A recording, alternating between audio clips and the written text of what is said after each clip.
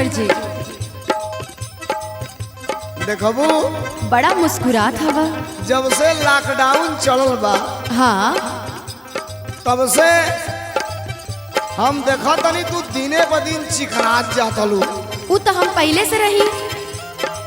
अरे ठीक बा पहले से चिकन रहलू हो, लेकिन तारी शरीर में कुछ अलग तरह का। नाना देवर जी सोशल डिस्टेंसिंग के पालन करत नहीं हम ए बेरा। अच्छा तो सोशल डिस्टेंस का पालन कैले से शरीर चिकन होले।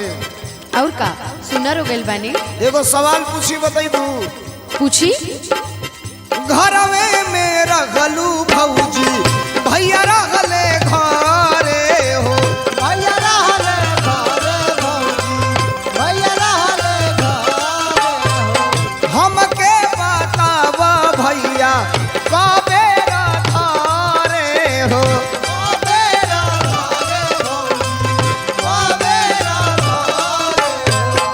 घरवे में रहलू भौजी भैया रहले घरे हो।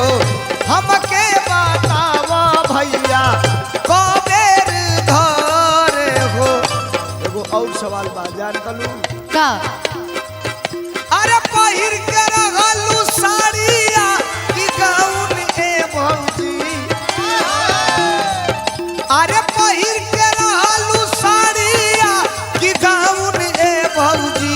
तब बोला कैसे तू हर बीते लॉकडाउन ए भौजी। बोला कैसे लॉकडाउन ए भौजी। बोला कैसे लॉकडाउन ए भौजी।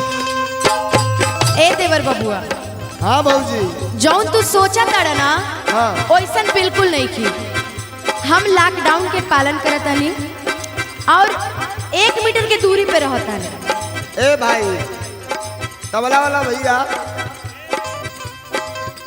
आदमी के कोनो खुराक 15 दिन पे मिलत होते, और जब वो खुराक के रोज मिले लगी तो भाई शरीर में तनी परिवर्तन तो होबे करी। चलिए छोड़ी फालतू बात करे नहीं रहुआ। हाँ तू बतावा। सुनो बोला। घरवे में रहत रहत मन नाही लगे हो। अच्छा काटे समैया नहीं अभी तल जागे जागे हो।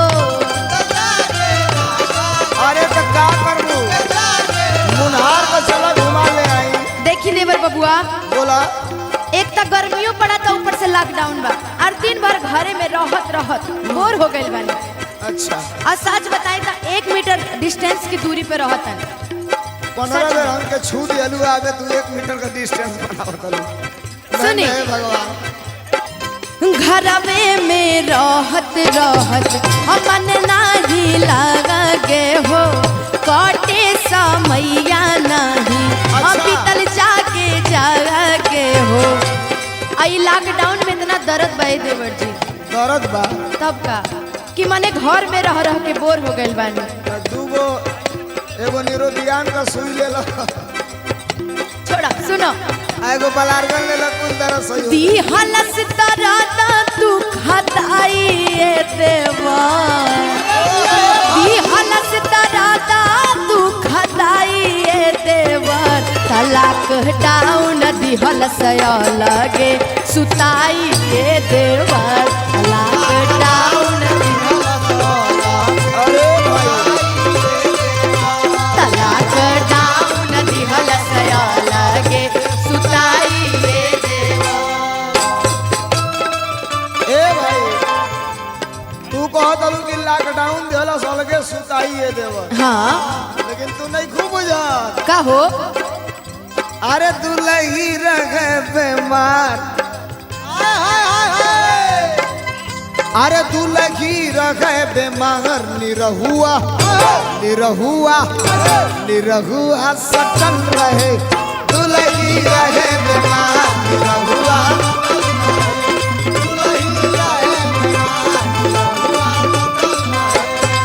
मंगर चाहे सोमार घर दम डटल रखे। मंगर चाहे सोमार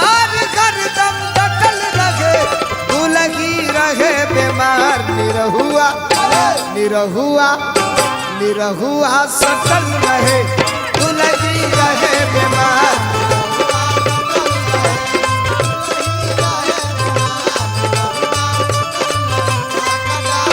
दिहल सया लगे सुताइए देवर तलाक डाउन दिहल सया लगे सुताइए देवर।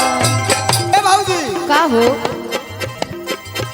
देखो तू कुछ कह लेकिन हमारा नहीं है बुझाता। जान तलू का आई दादा पक्का गड़बड़ भइल बाटे हमके बुझाता।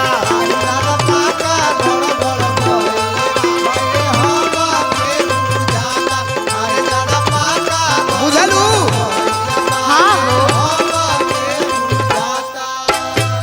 ए भौजी का हो एगो औरी भतीजा वाला आगम जनता।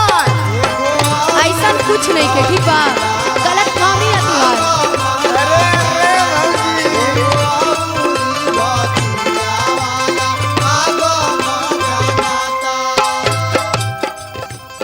ए भौजी का हो त आई दादा पक्का गड़बड़ भइल बाटे हमके बुझाता। एगो औरी भतीजा वाला आगम बुझाता। बोला सौरी में तू जइबू के काना राउन ए भौजी। बोला सौरी में तू जइबू के काना राउन ए भौजी। त बोला कैसे तू हर बीतल लॉकडाउन ए भौजी। त बोला कैसे तू हर लॉकडाउन ए भौजी। बोला बोला एगो बात कही बोला कह दी बोला जब कटहर के कोवा तू खैला लॉकडाउन में गड़बड़ सड़बड़ बात नहीं। अच्छा ये झूठ है। खालू तू सुना सुना हमार बात सुना तू खा तू तो पता बा के खाला। तू खा हाकिम के खिया हुआ। अच्छा जब कटहर के कोवा तू खैला जब कटहर के कोवा तू खैला हाय मोटका मुआड़वा के खाई हाय मोटका मुआड़वा के खाई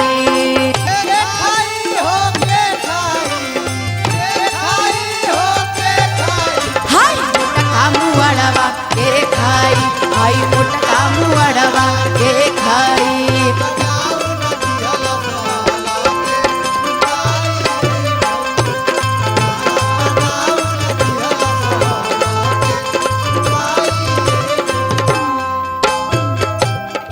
बबुआ हाँ बोला भौजी हमरो एगो बात सुनो। एगो नहीं तू 15 गो बात कह हम सुनब। तू जौन गलत फहमी में बाटा न ओकरा के दूर करल चाहता न। साइकोलॉजी पढ़ रहे हैं। ओहो आँखिया तो हर देख के बता दे कि आँखिया क्या कह रही है। ओहो तो सुनो बोला गाछी कटहल ओठे तेल तुह के लौकत बाटे हो। हमके नहीं खेल हमके सही समझ में आवता।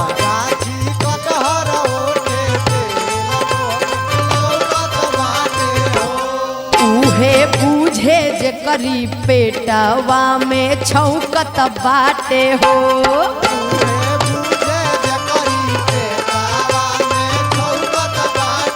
बुझाइल बुझा नहीं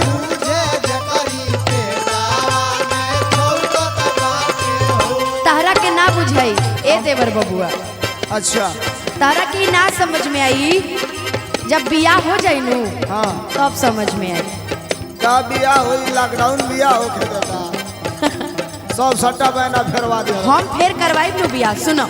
हाँ बोला गाछी कटहल ओठे रे लतोह के लौकत बाटे हो।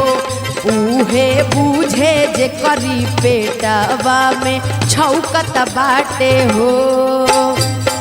बतिया कैसे हम तोहरा के बताइए देवा बतिया तोहर के कैसे हम बताइए तलाक डाउन दिहल सयल गे सुताइए देवर तलाक डाउन दिहल तलाक डाउन दिहल सयल गे सुताइए देवर बोला कैसे तू हर बीतेला कडाउन ये भौजी तलाक डाउन दिहल सयल गे सुताइए देवर बोला कैसे तू हर बीतेला कडाउन ये भौजी तलाक डाउन दिहल सयल गे सुताइए देवर बोला कैसे तू घर